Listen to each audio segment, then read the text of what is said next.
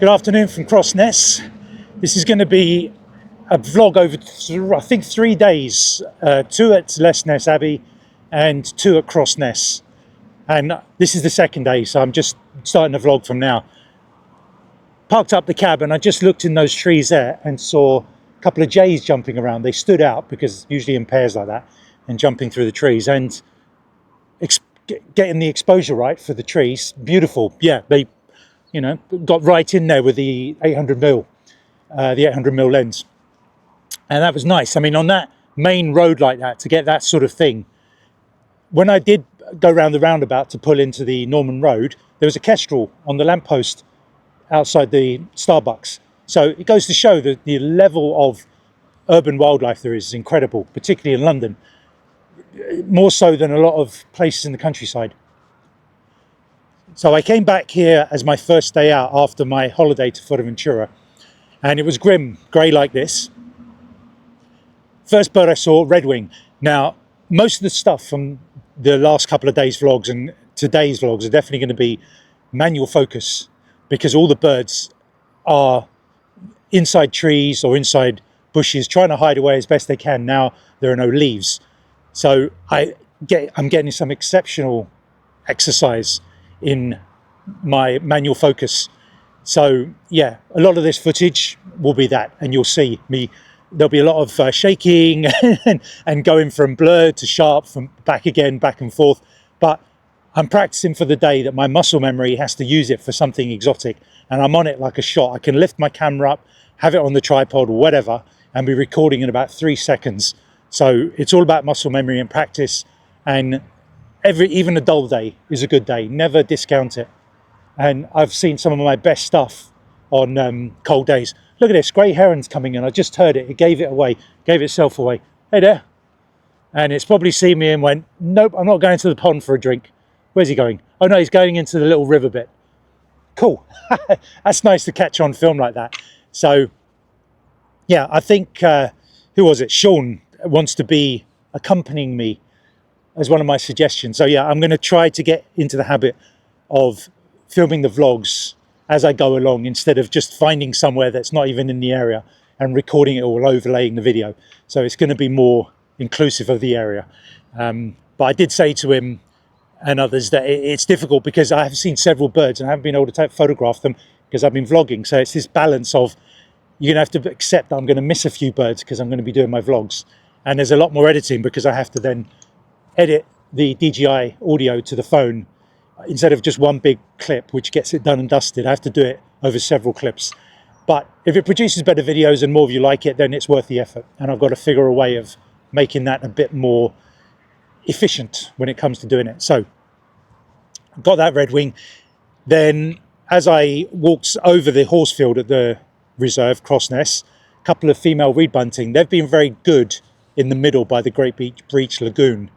There's been 3 female and male a couple months ago. I've been getting some good footage of them. Not that really close stuff I got at Raynham, but really good to add to my reed bunting library. And very, very briefly with some stone chat, a willow warbler, chiff chaff. But there were some stone chat there, male, female jumping around, a couple of seconds here, a couple of seconds there, and into the hide, and counted 3 common snipe. So I was able to get the tripod out and focus in on a couple of them, even though there were bits of reeds in the way. They can see you, and I could see one of them, the one I tried to film, was positioning himself behind some reeds, like, so can he see me? Can he see me? Yo, look at this, what's going on? 2 grey herons above my head. Oh, yeah, up there. Where are you off to? Where'd that other one go? Oh, they've both gone that way. Now, where would they be flying? Don't know, there's no... Going over to Erith somewhere? There was a lot going on in the river, hundreds and hundreds of birds. And I just did a little bit of practice of shutter speeds and filming birds flying. And I picked up some dunlin in a flock. So I'm going to come back and try and get more of that. But lots of gadwall teal, widgeon, godwit, loads of godwit, redshank, It wasn't great for filming, so I didn't bother doing much. I was just going for stuff that stood out. Now, what are you guys? Two little birds, probably goldfinch. Sorry, I'm getting distracted. I can hear the grey heron calling again. Oh yeah, here he comes. He's doing the circuits. I wonder what he's up to. Yeah, they often give you a call to tell you they're coming. But anyway, let's see what else we see today on the reserve. Wow, I'm in a bit of a head spin here. Like, can't believe what just happened. Just after I stopped talking to you from the first bit, I saw a bird chasing a smaller, definitely a raptor, and it was one of the many, many crows. It was chasing a kestrel. But what it kept doing was sort of flying below these lower trees. I couldn't quite get it in the shot. But eventually the kestrel broke free and flew almost past me right above my head and headed off south over the dual carriageway, followed by another one. What's shaking? Oh, something rattled on my bottle. And I was like, okay, well, that's nice, you know, good enough. And then I saw, I can definitely tell the difference now between a crow and a raptor. The raptors definitely glide more. And this is the hotspot area for the buzzards, the common buzzards, when they're here. And the bird was flying in here. And I could see from the silhouette alone, the way the beak goes, that it was a marsh harrier. And with the silver bits on the wings, even in this kind of really rubbishy light. Male marsh harrier, touch. It's like, I always like the quiet. I actually welcome quiet days. For some reason in nature, there always seems to be nothing really happened today. Because it's always like a bounce back. When something happens, it happens after a quiet session when you've been the last time.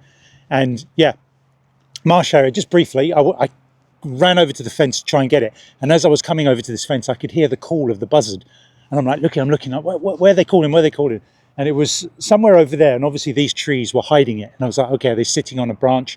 And eventually they started, appearing, circling, two of them, and calling. And what I'm trying to do now with my frame rate is, I think it actually works better if I have a higher shutter speed. You know, they say film at 30 frames per second. I think with movement, especially particularly flight movement or running very fast, you have to start going, I've been filming in 60 frames per second. I almost need to be doing 125 or 250. It seems to work better with the image stabilizer not fighting me as much.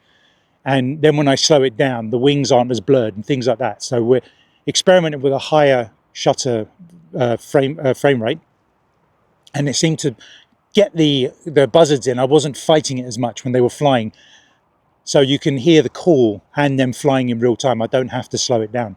But brilliant. I mean, it's very, very grey here. I'm using this new trick on my phone because iPhones, I'm not sure if it's the same on Samsung, they seem to overexpose by about one stop of light. So on a grey day like this, I may look very bright. It may not look very grey from what you're seeing, but when you get it onto the computer, it's light, but the quality is awful. You can see it's trying to draw in more light, open the lens to let more light in, but as a result, you get more grain. So what I'm doing now is you can use the exposure compensation. I didn't realize this. And I'm underexposing by a stop. I also find that on sunny days as well, that any part of your sort of skin that's in the sun, it just gets burnt out. It looks awful. So I'm now going to, as a point, underexpose by one stop on the iPhone app, the iPhone video app. But whoa, what a cracking day so far. So let's make our way through the reserve and see if there are any smaller birds. And the tide is out. That's another thing I'm going to tell you about when you come to places with water. You're coming to the sea or the rivers or the oceans, is check the tide. The tide today is out during the hours I can come out. So most of the birds are going to be out, and we'll see that. We'll go and show you. So most of the stuff, I'm just looking for birds on the reserve, any little treats that might have showed up. But 3 raptors so far. If we can get a peregrine and a sparrowhawk, we'll have 5. Let's go. Cool blimey, what a day. It's been mental. So along the path here, I'll just add a little female chaffinch. I heard the single cheep. I usually follow small birds into wherever they're flying, see where they land. They usually land on top of a tree, but it's just to see what it is. And it was a female chaffinch. And I just like that because it's relatively unusual to see them on this bit of the reserve. And along here, male and female stonechat jumping around on these reeds.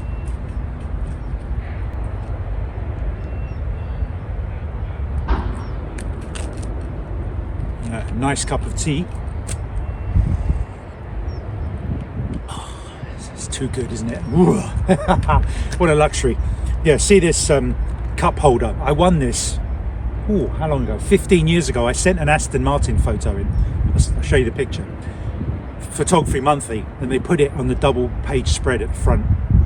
And I got £100 worth of vouchers, photo vouchers for Lopro. And I chose that as one of my gifts. So back in the day when I used to do kind of anything photography, street photography. So I'm not just a random photographer, I've been doing it for a few years. Anyway, I used to put loads of stuff into the photography magazine. I've got a stack of the magazines with all my work that was printed in them. So yeah, I miss those days, but yeah, long gone. Anyway, Marsh Harrier. Oh, he's still out there, my gosh. Where are you? He's gone behind there. Yeah, is he? He's been here for like 20 minutes now. So like, there he is. Let's do it in real time. I'm having to manually, because the trees in the background, he keeps doing that thing where he breaks in the air and then goes down.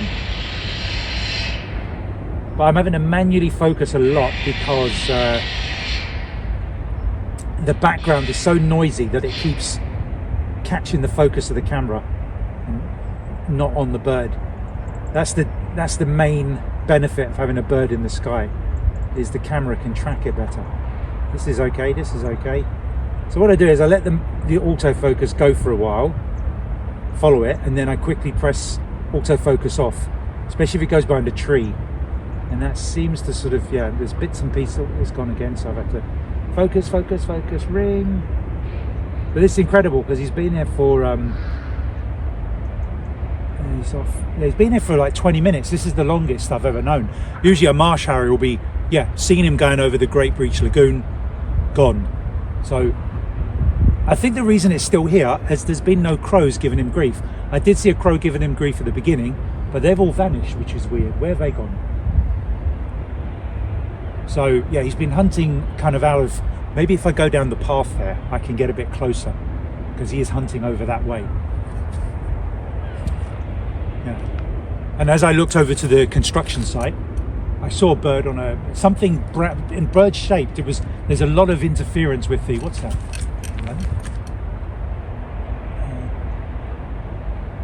Oh, peregrine. Yep, we got our 4 raptors.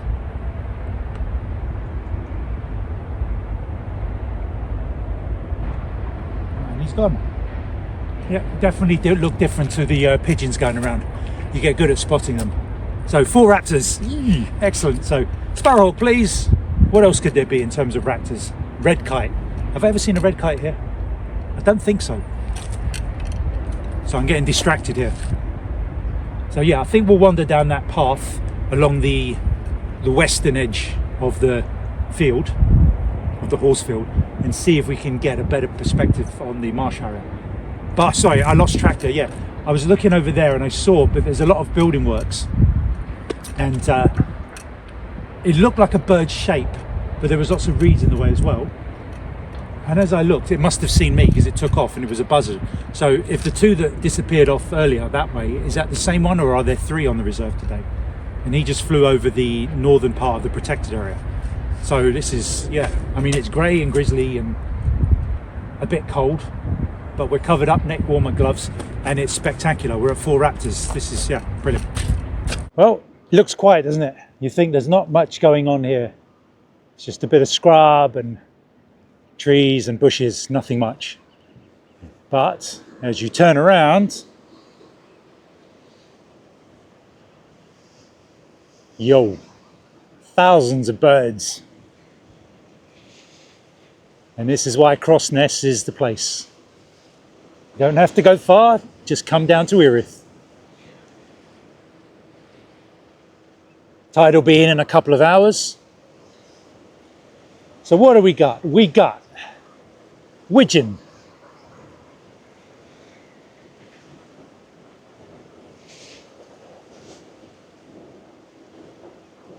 mallards,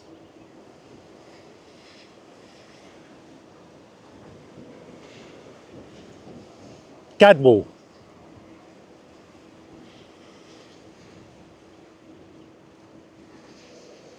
teal,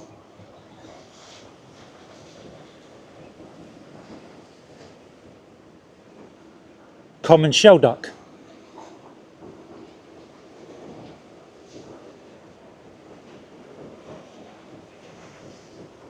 black-headed gull.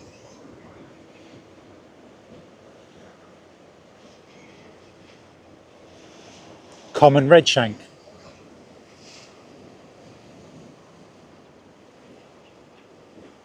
Black-tailed godwit.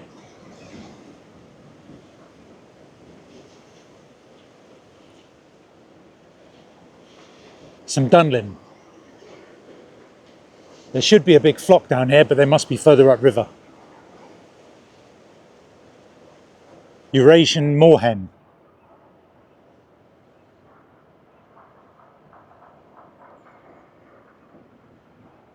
The lesser black-backed gull.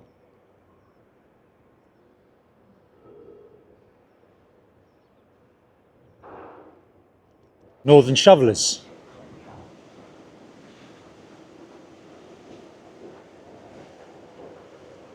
And the beast that is the greater black-backed gull.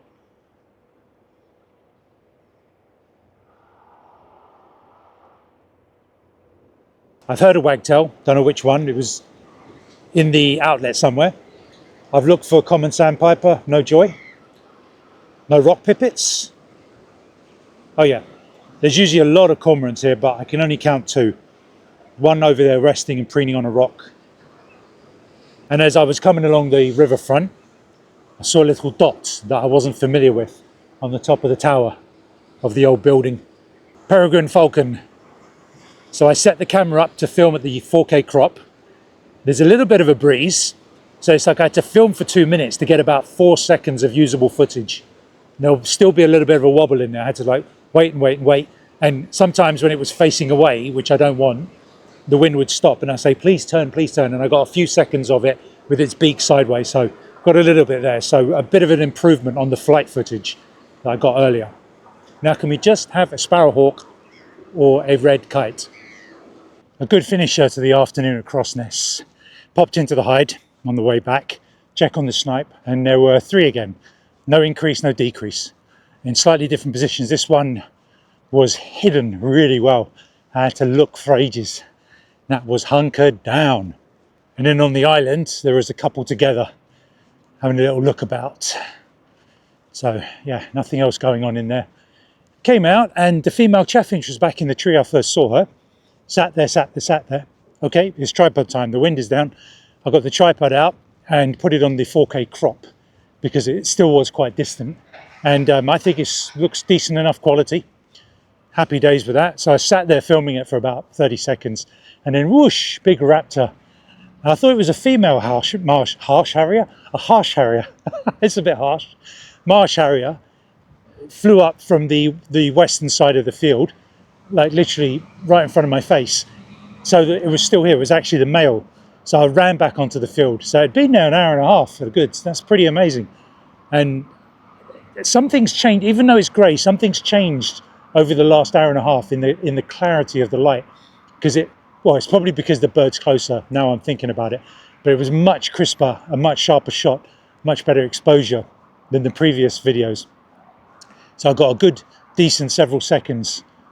So I'm well happy with that. There has been reports of 2 recently, and eventually it did fly off towards Rainham, which is often where you see marsh harriers, not Crossness. You get the occasional one in Crossness. So hopefully he'll be back and give us more of his presence. I just think because there were no crows. I didn't see any crows hassling him. So that is a really good. Did I see something else? No, I think that was it. Just a couple of grey herons. I flushed a snipe, which obviously I can't photograph. Yeah.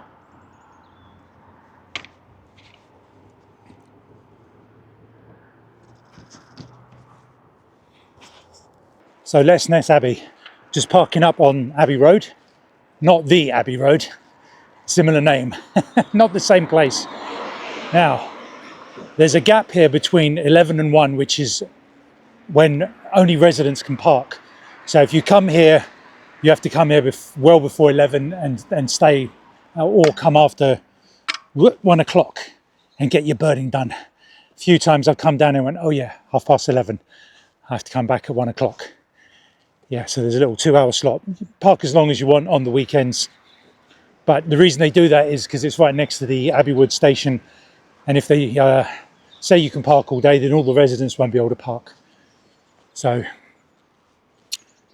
yeah, you so park there, and this, you come through this gate. This is probably the best bit, by the ponds.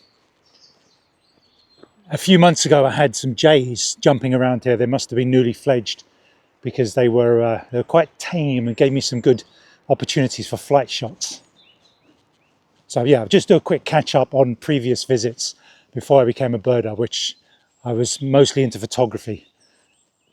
A little bit over on the other side of the pond, I got a really good photo of a magpie taking off, and they are beautiful birds and often ignored, well, often all the time ignored if there's nothing else to photograph. So I was practicing my flight shots and just chose this magpie, and yeah, it just was the perfect sort of angle with its wings.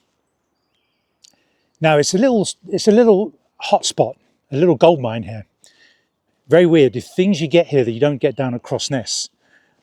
So the platform's shut off at the moment, and I think that's got something to do with that wooden board that's been broken. I don't know if it's vandalism or just wear and tear over the years. But over here, I think it was it last year or the year before? I think it was early last year. Some red pole and some siskin came down to drink. And I came along at the right time.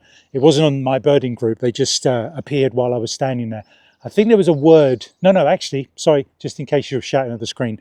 I think somebody said siskin were down here. And I came down here and got the siskin, and then a red pole followed it. So that was quite a big deal. Up here, I think 2 to 3 years ago, in terrible lighting in these trees, I had a siskin as well. Nothing to write home about with that lighting. It was terrible. And then there was a willow warbler. Was it my first? No, it wasn't my first. I got my first at Stodmarsh. But there was a willow warbler that showed up every sort of, he was doing circuits, and you'd see it for a sort of 30 seconds and it'd be gone for 5 minutes.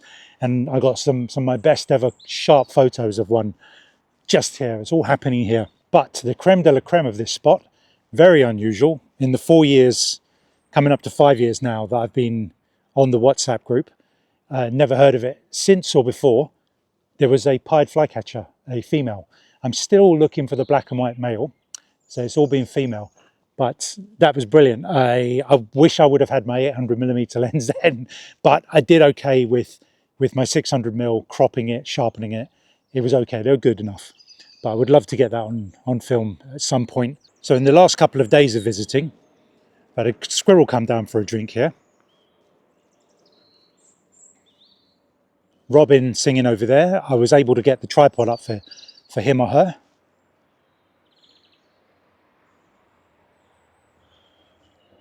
Dunnock showing very well, a couple of dunnock in these bushes. Yeah, these bushes here are good for big mixes of long-tailed tits, great tits, house sparrows that jump between the houses and the hedges. Now the southern bit is where I saw a goldcrest. Now it's not the greatest video because I'm kind of on tiptoes trying to hold at 800mm while manual focusing. So yeah, it was a bit difficult to get it. So forgive the quality, it's nothing to write home about. But I filmed it as best I could through the twigs and branches as well. And suddenly a redwing came out and scared it off. So interesting to get those in the same footage. Again, wasn't 100% focused, but difficult conditions. And I have seen redwing here in the past. They're always hopping about in this back area. And I got one on the bush back here eating some berries. And there was around the pond that other birds were washing in. There were several rummaging around in the dead leaves for bugs. But coming down for a wash, some longer than others, some I couldn't see too well. A great tit, a blue tit, female chaffinch, and a goldfinch. A grey-spotted woodpecker did show up. It was jumping around. It's always surprising how small they are. But yeah, first it landed in the trees above, and then it made its way down, and then it sat in this position eventually settled lower down, sort of eye level, and I was able to set the tripod up. But all it did was kind of look at the branch. I kept waiting for it to turn its head left or right, but it kind of just sat there literally for about 2 minutes. I don't know what it was doing. Maybe it was like thinking, can I get a bath, or is this person going to be up to something, this creature with a camera? So yeah, I couldn't get a good enough angle. I tried walking around, but there were too many other branches for me to get a side view. But yeah, it's nice for it to, I mean, it's something, you know, it shows you the numbers of different species that come here. Above it, I mean, right now you can hear a song thrush going off on one. I'll go and see if I can find it in a second, but the light's gone now. But anyway, this area above the pond, the great spotted woodpecker, the jay landed, and I think it was working on an acorn or something.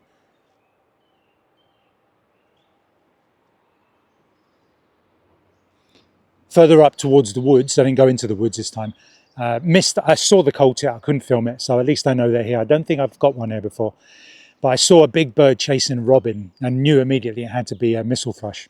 So I filmed it for a little bit, and then I was watching it and I thought, hang on, it's sitting very still, which is very, very unusual. They're quite jumpy. So here we go, we're going to tripod it up. And we did. We put the tripod up and we filmed it for about 30, 40 seconds. So I'm plenty happy. I'm building up a really good database of birds with my tripod. It's nice, steady footage.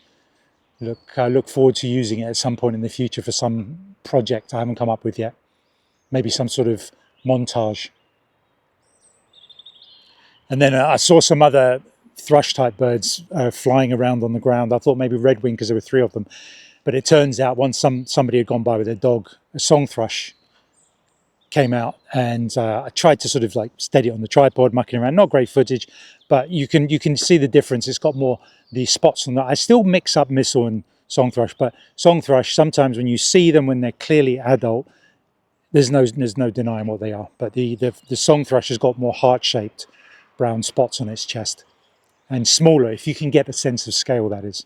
And then just bits and little random 2-second clips of a wren jumping out. Again, just to show you the number of things you can see here for such a, you know, a urban park. It's great.